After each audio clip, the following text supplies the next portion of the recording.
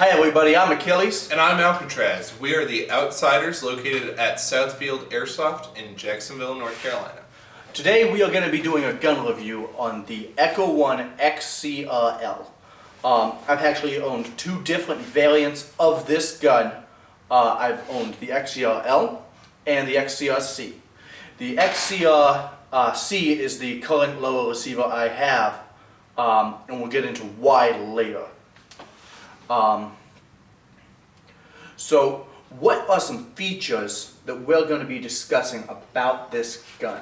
So one of the things that sets the XCR apart from other M4 variants is the integrated receiver. So you don't have a separate upper receiver and outer barrel with the rail system. You actually have just one solid piece to make it really easy to disassemble, switch things out, and it's just a really sleeker design in my opinion. Okay, so one of the things about this upper receiver that varies from a traditional AR or M4 platform is it has a different bolt catch. Bolt catch. A traditional M4, it would be a charging handle on the back of the gun that you would pull, which would open the bolt on the other side, which would allow you to access your hopper. On this gun, however, it is mounted on the opposite side from the bolt is the round bolt catch, which you slide back, which actually, in my opinion, makes it easier to adjust the hopper being able to hold it on the opposite side of the gun than an M4 holding it from the back. Especially since most of the budgetary M4s do not actually lock back, so you have to sit there and hold them awkwardly while you adjust your hop up. That makes it very easy to pull it back and hold it and adjust your hop up with two hands without having to worry about awkwardly holding your gun and trying to adjust your hop up, especially in game. One of the downfalls, however, with this gun, in my opinion, is it has a slightly different gearbox than your standard version 2.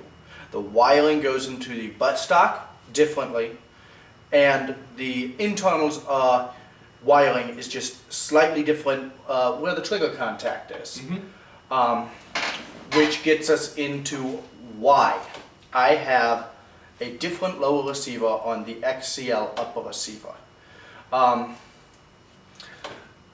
The trigger contact on the original XCR-L, it ended up locking on the fire position.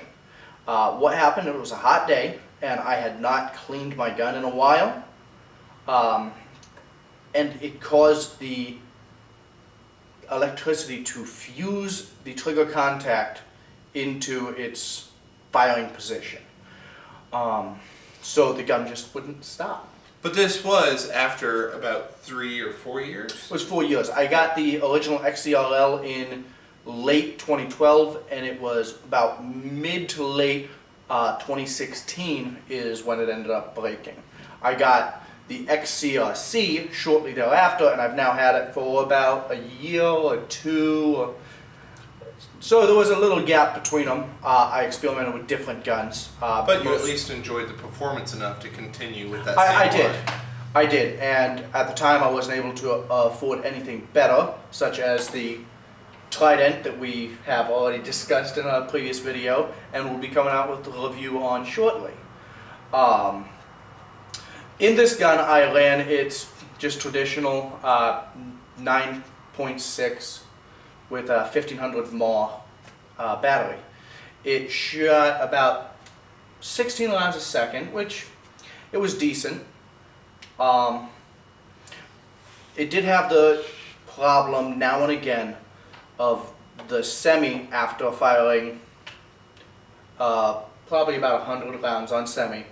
It would stop shooting and you'd have to switch it to full auto and then back to semi and it would stop working again, which, as I understand, is actually a common problem on budgetary AEGs. So on this gun, as we've talked about, it's completely polymer on the exterior.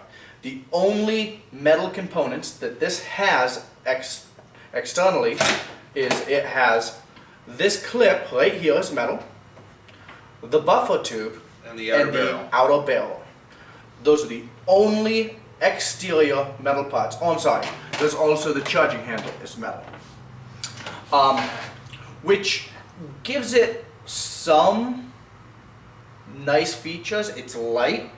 You can move around the battlefield very easily with this gun. Even CQB battlefields can move on very easily. The problem I have with the polymer rails is attachments. Some attachments, namely clip-on attachments rather than bolt-on, they don't fit tightly. Like you can see with these rail covers, they're actually kind of stiff on there. But the screw-on attachments, not a problem. So this gun shoots, according to the website, about 390 feet per second. However, in my experience, I have not got it to shoot above 380. This gun usually averages for me with a .20 gram Elite Force BB, shooting about 374 to 376, which is decent and is compatible for most CQB battlefields in the eastern United States. Yeah. Alright, so we're here with the XCR-L. This is again the longer variation of the XCR, and I'm going to take it to a few short buildings just so we can get a feel for how the longer version of this gun compares to the shorter version and how it compares to an even longer version of an M4 platform. So I'm going to move forward, move through, and you can actually cut corners pretty close and you don't have a problem. It's comfortable, you can aim, and you can actually pass through doors sideways if need be. The gun is actually short enough with the 363 millimeter inner barrel it has to move through buildings comfortably. I'm going to move over here and we're going to go to some tighter buildings.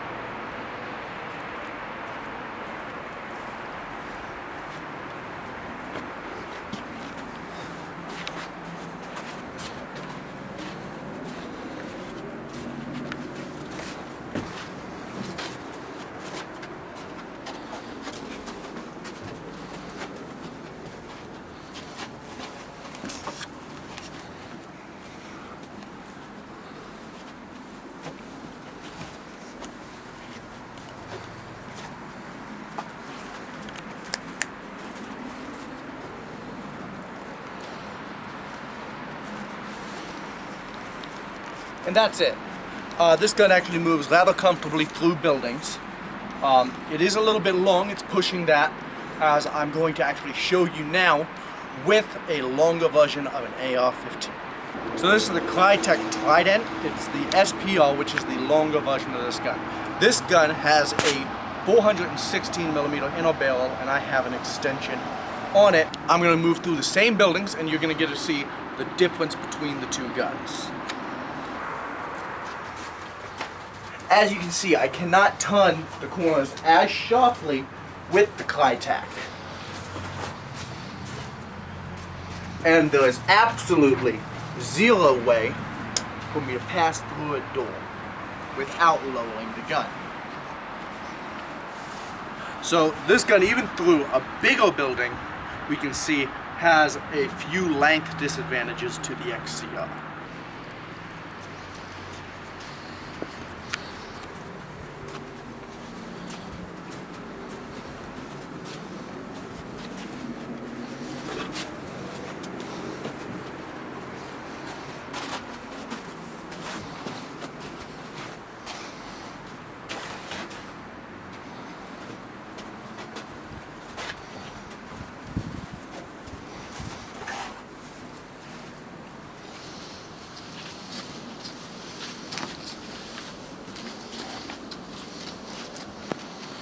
And that's it. You can still, with a longer assault rifle, move through buildings, but it is nowhere near as comfortable. Let's go back inside and we'll talk a little more. Alright, so we're back inside with the XCR-L. As we saw, it can move comfortably through a close quarters field. However, the XCR-C, in my opinion, is a much better close quarters weapon. And if I were to pick one, I'd honestly go with the XCR-C because the accuracy between the two is not that noticeable of a difference. So definitely at a close range, I would go for the XCR-C. It really depends on your own comfortability standards and also the field that you're going to play at. Right here, we've got a lot of CQB. I would definitely go for the XCR-C. For some of your fields where you have a little bit more open space, or just for myself in general, being a big guy, having long arms, wanting to be able to have a gun that I can feel a little bit more comfortable that I'm not going to break, I would go for the XCR-L. Though performance-wise, they're both pretty good. Yeah, and really, to give you an idea of the size difference between the two, the XCR-L that we have here, it has a 363 millimeter inner barrel. The XCR-C has a 247 millimeter inner barrel. So really, that's only about what, 4 inches difference, give or take. So the difference is not that extreme, but in a close quarters field, it is noticeable. Definitely. But really, I think that's about wraps it up for this gun. We're going to come out with a few more review videos as soon as we can. We're trying to do once a month, but give us some patience. We're still new to this, and we got a lot going on at our current field, and just bear with us. Yeah, more to come. The next gun that we're going to review is what? I believe that we might either do the Elite Force 1911s or the Wellfire MB-06. They're both great guns. We've just done an AEG. The Wellfire is a spring, and the Elite Force is a CO2. The next AEG we're going to try to do a review on is the JG R36. And we'll go into that sometime in the near future. One of the nice things is with the MB-06 video coming soon and the Elite Force 1911 is we both have different generations of the same style, so we'll be able to show some of the improvements that they've made along the way. Yeah, and they're both great guns. Absolutely.